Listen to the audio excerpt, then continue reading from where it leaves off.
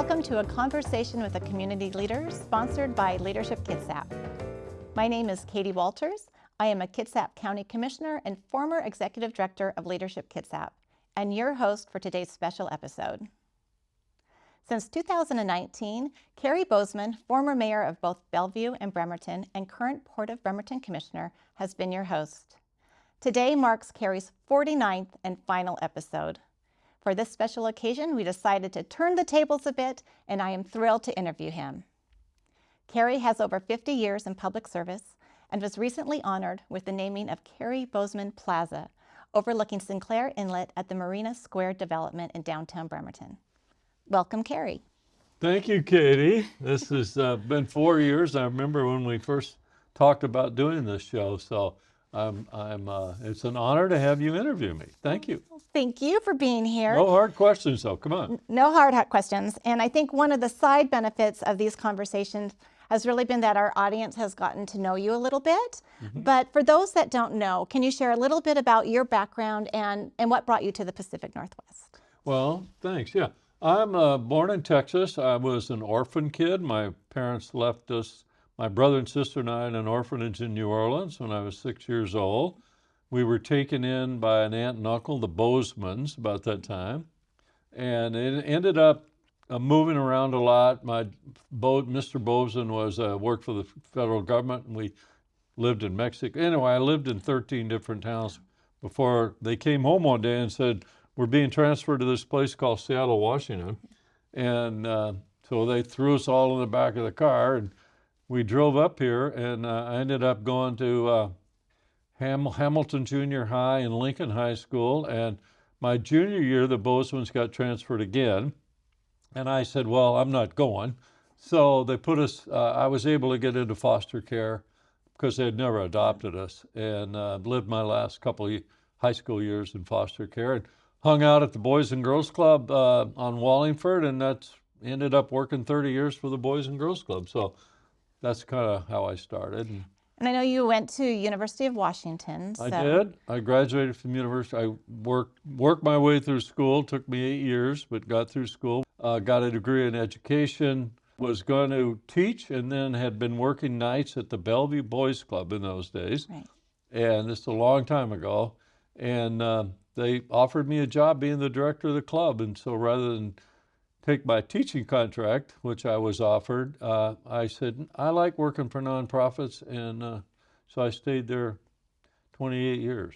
But there's a story behind this, because at the time it was the Boys Club, and then, how did it become the Boys and Girls Club? Well, that's great. Thank you for asking that question.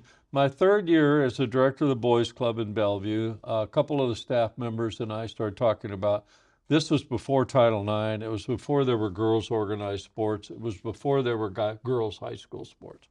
And we started talking about offering after school sports for girls at the Boys Club. And we all decided that was a great idea. So on a Sunday, so I talked to our board about it, and the board said, sure, let's do it. So I think we had 200 girls show up the first day.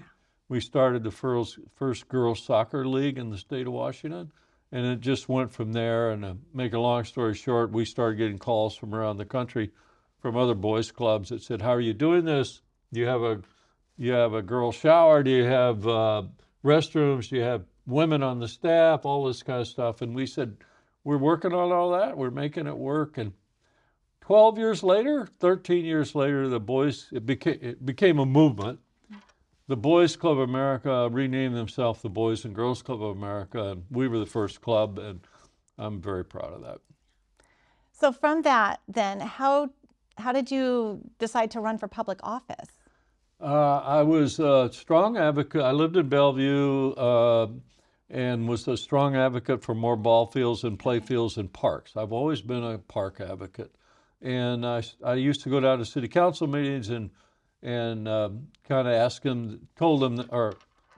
lobbied for more public space. And so I didn't think I was making much progress. And so somebody said, well, why don't you run for the city council? And I thought, okay, I will. I think I was about 34 years old at the time, and ran for the city council, ended up serving 4 terms on the Bellevue City Council, and was elected by the council 3 times as the city's mayor. And I think we acquired 1,000 acres of parkland and built a Bellevue downtown park. And that was when I learned those two instances where I learned that one person can make a difference, but you can't do it by yourself.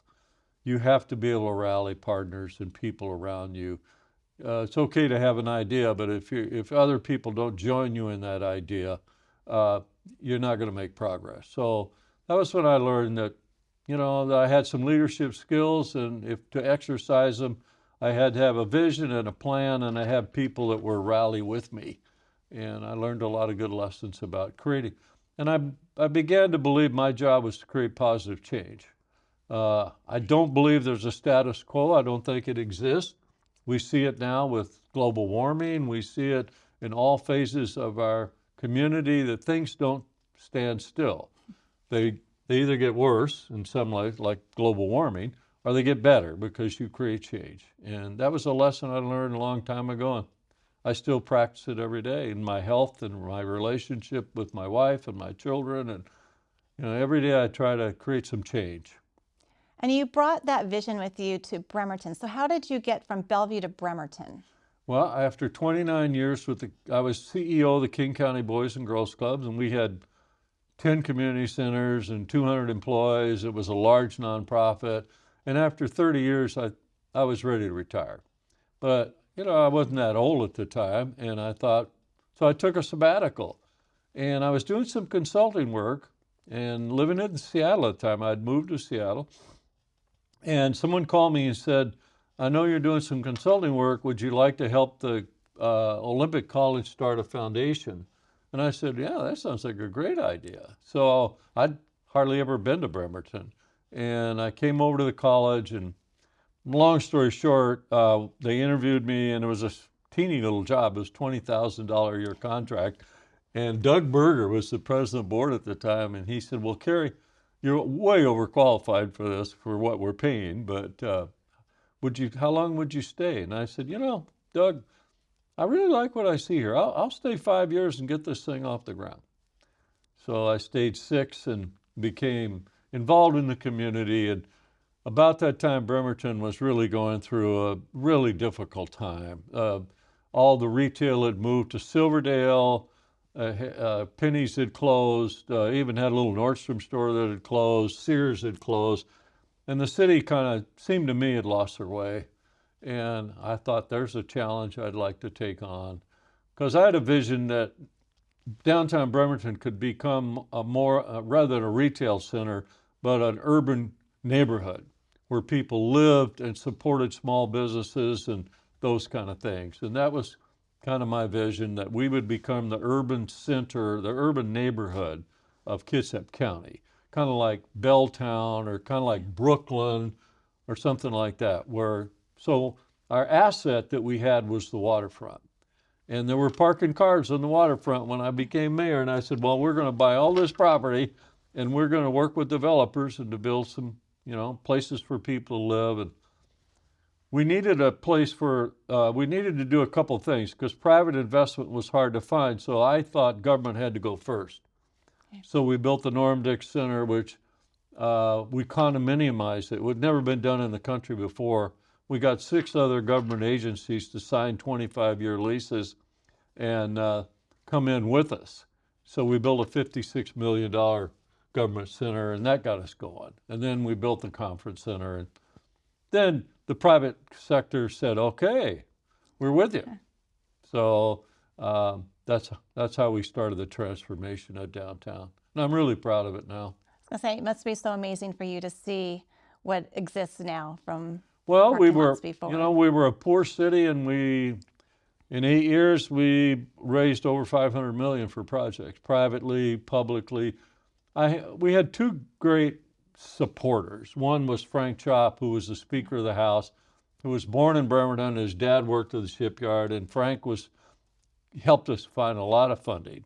And then, of course, Congressman Norm Dix was as powerful as you could get in the U.S. Senate, and he brought Senator Murray with him, and they found the money for the tunnel that we built, and the PFD helped us with the conference center.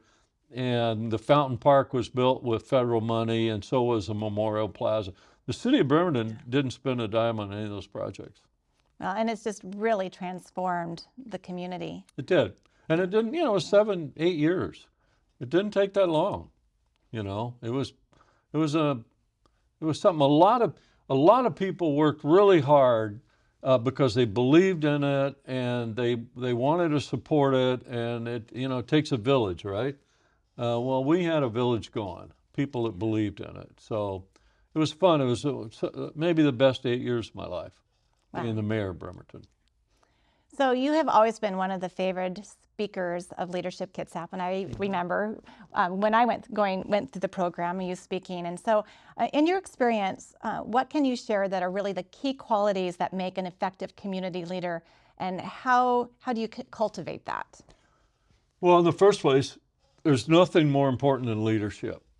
I think we have a leadership crisis in this country today, and I think we have a leadership crisis in a lot of communities. And for that reason, I think we're suffering some of the things we see: housing, homelessness, our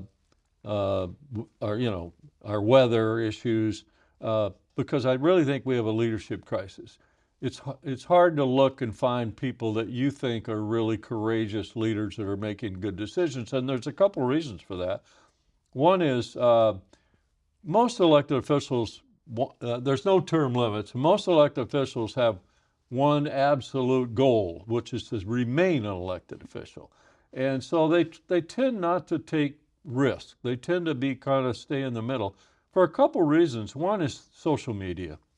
If you're an elected official today and you take a risk and create change, there's people on both sides of that change.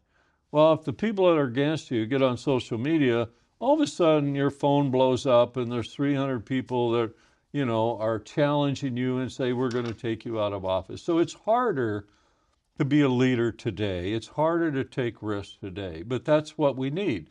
So the essence of being a leader is that you create change, positive change in your community. You do that a couple ways. One, you have to be able to see what that change is.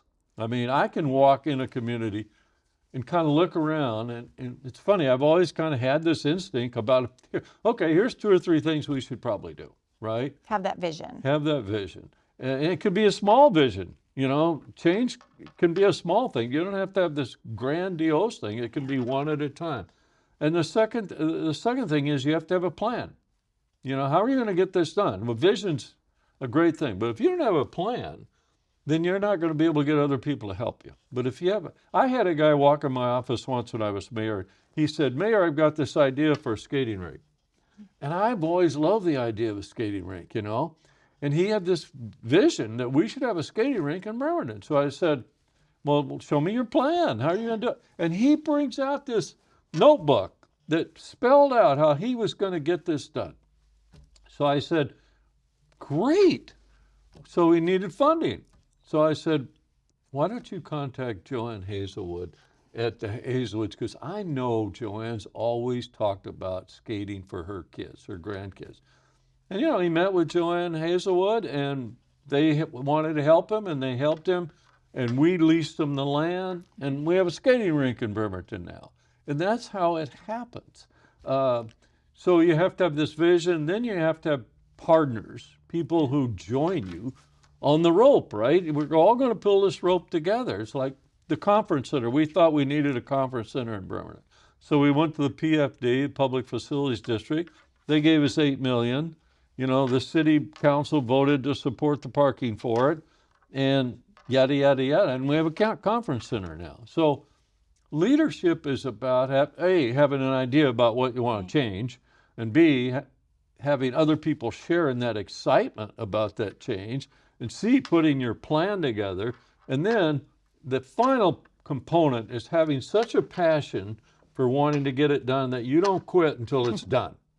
You do not quit. It's going to get bumpy in this way and that way, and you don't quit until it's done. And that's what leaders do. And I wish I saw more courageous leadership than I see in our world now, but I hold out hope every day. How do you encourage those that want to be courageous Or are there other leaders that maybe you've fostered their creativity and that courageousness as you've come up through your career? Yeah, I tell people I lived my whole life in public service in 55 years. I never once didn't love going to work. It just was the greatest career that a person could have ever had. And it was hard. I raised money for the Boys and Girls Club for, 35 years. I had people wouldn't even, if they saw me coming, they went the other way because they knew I was going to ask them for money for something, so it wasn't easy. And I remember, I never forget one year when I was executive director of the Bellevue Boys and Girls Club. I got a call from our finance director who said, "Cary, we can't make the December payroll," which was Christmas, right? So a big grant that had been promised didn't come in. So I went to a board member and he said, "I'll loan you the money." And we paid him off and paid the payroll. So nonprofit work's difficult, it's hard, and I admire people who work in nonprofit work. I think there's three segments to the world, to our world. There's government, private business, and nonprofit, and they're equally as important. But would I trade my career in public service and being able to make a positive difference for people? No. And what I tell people is there's not a better career. There's not a better way to spend your life. Hey, you take care of your family, you take care of your health. And then when your job, what you do every single day, makes a difference in other people's lives, and you get paid for it, nothing better. Yeah, it's so impactful. Oh, yeah. I mean, I wouldn't have traded it for anything. Well, this is your 49th episode. So you've interviewed a lot of our community's leaders. And I know you made an effort not really to interview elected officials, but really those that are on the ground, a lot of nonprofit organizations. Mm-hmm. So are there any interviews that really stood out to you as memorable? Oh, yeah, there's a lot of them. I enjoyed everybody I interviewed, and most everybody I interviewed was an easy interview. My first interview was with David Nelson at the Kitsap Sun, and I still remember that interview because we talked a little bit about the future of newspapers in this country, and it was just the beginning of what you see today, which is local newspapers going out of business every day. We're so lucky in our community to still have a local newspaper. People get their information online now, and I just think local newspapers, they hold elected officials accountable, they say good things about local sports, they talk about good people in the community. And I still remember our conversation. I think David told me at the time, he said, "I'm not sure where it's going, Cary." But he's a person in this community I really admire because he has hung in there. They've had to cut staff and all that kind of thing. I had a great interview with John Powers, who was with the EDC, and John's a former mayor of Spokane, and we had a lot of fun talking. And he was, John's one of these energetic, powerful people, and he was so committed to bringing a new economy in and all that kind of thing. I remember my interview with Jill Jean, right? Yeah, the library director, and talk about a committed, smart person who was building a library system and trying to find the resources to do it and looking for a new location. So I never left this table that I didn't get in my car and think, boy, I really enjoyed that experience. And I've interviewed bank presidents and just anybody you can think of. Larry Robertson, Bishop Robertson, who's passed away, who I miss to this day. I never got to interview, but I would have loved to have interviewed Larry. But I did interview his wife Lillian, who's an amazing woman. So it was just it was just something that has added on to my public service career, and it's just made it better doing these interviews. And I just thought after 49 of them that somebody else ought to take the reins. Well, I know from the perspective of Leadership Kitsap, it was just a really valuable way for us to engage a broader broader audience in leadership and be able to really highlight those organizations that were doing great work. Well, I wanted people to know how important Leadership Kitsap is. Yeah. I think Leadership Kitsap is one of the most important organizations that we have in this community. Agreed. Because leaders, what's more important than creating leaders? And you, when you were there, and the new director, it just did a fantastic job. The curriculum was great. I was so impressed. And the people that came to the class were people that were the future leaders of our community. And I just love the organization. And even though I'm leaving this job, I'll continue to, talk to the class and do whatever I can and write checks and whatever I can do to help. I just think Leadership Kitsap, it's been around a long time. How long has it been here? Yeah, 30 years. 30 years. 30 years. 30 years this year. And it's so important to this community. So important. Well, and I know you interviewed a lot of those alumni as well. So are there any takeaways that you have from any leadership lessons learned from those that you interviewed? Yeah. Well, number one, most of all these people are smart, bright people. They're looking for a way to participate in their community. They want to make a difference. They're good family people usually. I mean, it's just a good environment to be in. I know you, having led those classes for all those years, must have really enjoyed that experience, because these are good people. Well, it's great to be surrounded by people who have those shared values and are driven to make the community better. Yeah, I mean, they're taking this class on their own. They're giving up their own time. They're doing it because they want to have an idea about how they can make their community better and participate in it. And what's better than that? Right. Well, Cary, on behalf of the Leadership Kitsap Foundation, I want to thank you personally for what you've contributed to our community, to our region, and for all of your efforts to support the mission of Leadership Kitsap to foster educated, prepared, and engaged community leaders. So on your final episode, thank you. It's been my honor. I've enjoyed it. And for those who want to see all of Cary's episodes, please visit leadershipkitsap.org/community.